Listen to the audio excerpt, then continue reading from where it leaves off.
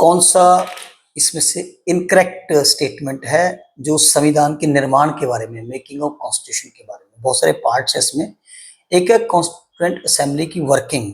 तो चारों ऑप्शंस को समझने से पहले आप कॉन्स्टिट्यूएंट असेंबली के बारे में मैंने फर्स्ट पार्ट में बताया, सेकंड में और बताता हूँ कि 1936 के अंदर जो सेशन हुआ कांग्रेस का, जो हर साल दिसंबर में होता है, presided over by JL Nehru, उन्होंने ये डिमांड रखी कि हमारी कॉन्स्टिट्यूएंट असेंबली होनी चाहिए। एक तो ये पढ़ना आपने 1936 में, क्योंकि 1934 में इससे पहले MN रॉय प्रपोज कर चुके थे कि कॉन्स्टिट्यूएंट असेंबली होनी चाहिए और डिमांड करी कांग्रेस सेशन ने, जहां पे जवाहरलाल नेहरू प्रेसिडेंट थे कि 1936 में होनी। तो ये बात चली।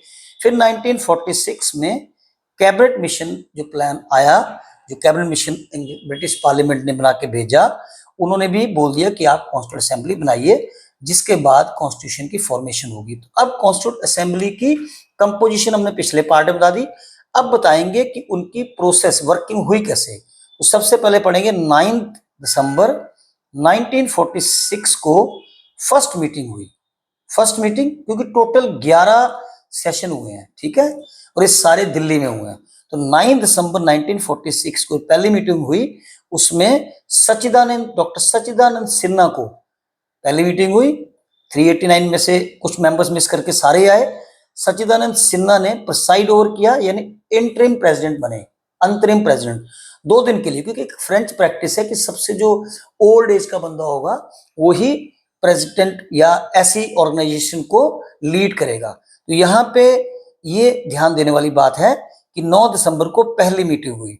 फिर 11 दिसंबर को, क्योंकि सच्चिदानंद इंटरिम थे, अंतरिम थे, 2 दिन के लिए थे, इलेक्शन हुए। सर्वसम्मति से यूनानिमसली डॉक्टर राजेंद्र प्रसाद को प्रेसिडेंट बना लिया गया इस ऑर्गेनाइजेशन का, ठीक है जी।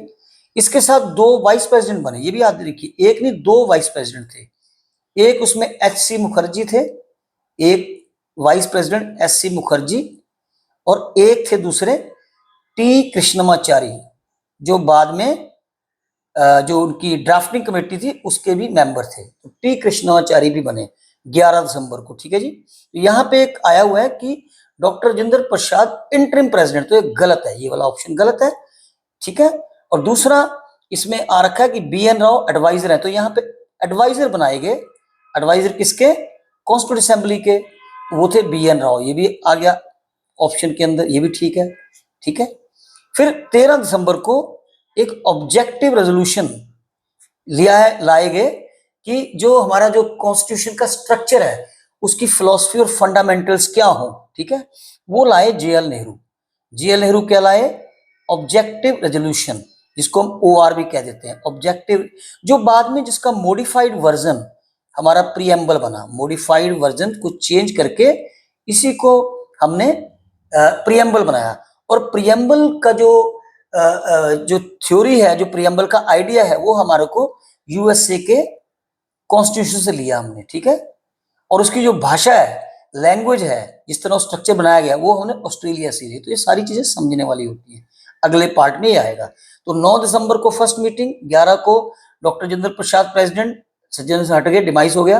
13 दिसंबर को 1946 में JL नेहरू का ऑब्जेक्टिव रेजोल्यूशन जो वो लाए थे, वो 22 जनवरी अगले साल 1947 को यूनानिमसली होता है, सर्वसम्मति से यूनानिमसली उसको पास किया गया कॉन्स्टिट्यूएंट असेंबली के द्वारा, सर्वसम्मति से पार, किसी ने उसका विरोध नहीं किया। तो ये भी ध्यान देने वाली बात है। यहाँ पे लिखा है कॉन्स्टिट्यूएंट असेंबली के 2 प्रेसिडेंट थे, बिल्कुल ठीक है, एक HC मुखर्जी, एक T कृष्णमाचारी, और जवाहरलाल नेहरू जो आइडियल है ऑब्जेक्ट, ये भी ठीक है। तो ये चीजें होगी। इसके अलावा इसमें और क्या पढ़ सकते हैं आप कॉन्स्टिट्यूएंट असेंबली के बारे में? मैंने बताया था 2 साल 11 महीने 18 दिन लगे और 26 नवंबर को ये बनके तैयार हुआ 1949 को, ठीक है। अब इसमें कुछ कमेटीज भी आएंगी अगले टॉपिक पे। तो इस जो 26 नवंबर को मैंने पहले ही बताया कि हमने इंप्लीमेंट नहीं किया। The constitution came into force on 26 जनवरी 1950। 2 महीने क्यों हमने वेट किया? क्योंकि हमारे को अपना एक मेमोरेबल डे था हमारा 26 जनवरी 1930 को, वो हमने कंप्लीट इंडिपेंडेंस मांगा था, संपूर्ण स्वराज, पूर्ण स्वराज, क्योंकि उससे पहले 1929 को लाहौर में जो कांग्रेस का अधिवेशन हुआ था 1929 के 29-30 दिसंबर को, उसमें जेएल नेहरू प्रेसिडेंट थे। उन्होंने बोला था कि हम 26 जनवरी को इस डे को कंप्लीट इंडिपेंडेंस डे मनाएंगे। इसी को यादगार बनाने के लिए 26 जनवरी 1950 को हमने कॉन्स्टिट्यूशन को लागू किया, जबकि बन के वो किताब पहले से तैयार थी 26 नवंबर 1949 को। अब इस सब में कितनी मीटिंग्स हुई? कॉन्स्टिट्यूंट असेंबली की टोटल 11 मीटिंग्स हुई, जिसमें लगभग हमारा 64 लाख का खर्च आया। ठीक है, मोर देन 60 कंट्री से हमने इसको कंसेप्ट लिए, हमने जितने भी इसके फीचर्स मांगे गए। और मैंने ये भी पहले भी बताया था, वो याद रखिएगा कि कॉन्स्टिट्यूंट असेंबली के दो फंक्शन थे। एक था कानून बनाना, क्योंकि हमारा उस टाइम पार्लियामेंट थी नहीं, तो ये प्रोविजनल पार्लियामेंट थी, तो कानून बनाएगा तो उसके लिए वो लेजिस्लेचर, उसका जो काम था, लेजिस्लेटिव बॉडी है, उसके लिए जो हेड थे उस टाइम, उसके प्रेसिडेंट थे वो जीवी मावलंकर थे, जो बाद में इंडिया के स्पीकर बने, लोकसभा के पहले स्पीकर बने। और दूसरा काम था संविधान बनाना, उसके लिए प्रेसिडेंट थे डॉक्टर राजेंद्र प्रसाद, जो बाद में भारत के पहले प्रेसिडेंट बने और इकलौते ऐसे प्रेसिडेंट हैं जो 2 बार प्रेसिडेंट रहे। तो ये भी आपको ध्यान रखना है। अब जब 26 नवंबर 1949 को हमने अपना कंप्लीट कर लिया कॉन्स्टिट्यूशन, तो क्या कुछ फीचर्स लागू कर पाए? यस, उसमें 3 फीचर लागू किए हमने। एक तो हमने इलेक्शंस के बारे में, एक सिटीजन, क्योंकि पार्टीशन हुआ था इंडिया का, बहुत सारे माइग्रेंट्स इंडिया में आए और इंडिया वाले उधर गए, तो सिटीजनशिप एक्ट के बारे में हमने लागू कर दिया।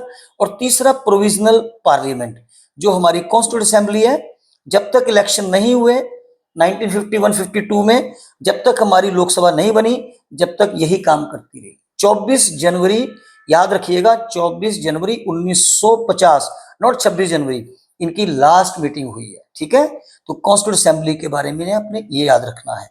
3 फीचर्स हो गए। तो ऐसा ही एक क्वेश्चन आपका पॉलिटी का हो गया, ऐसे ही इसमें वीडियो में आप हिस्ट्री का क्वेश्चन देखेंगे, ऐसे करंट अफेयर का देखेंगे, ऐसे 3-3, 4-4 क्वेश्चन आपके रहेंगे। इसको रेगुलर कीजिए। 60 वीडियोस अगर देख लेते हैं, किसी भी एग्जाम में जाएंगे, मैं चैलेंज करता हूं उससे मैक्सिमम क्वेश्चन आप करके आएंगे। और भी लिखिएगा कमेंट में, अगर आपको कोई किसी टॉपिक में कोई दिक्कत आती है तो हमें कमेंट में लिख सकते हैं। इसको लाइक कीजिए, अच्छा लगा है तो शेयर जरूर कीजिए, और चैनल को अगर सब्सक्राइब करेंगे तो मैं इस पे ज्यादा फोकस कर पाऊंगा। थैंक यू, जय हिंद।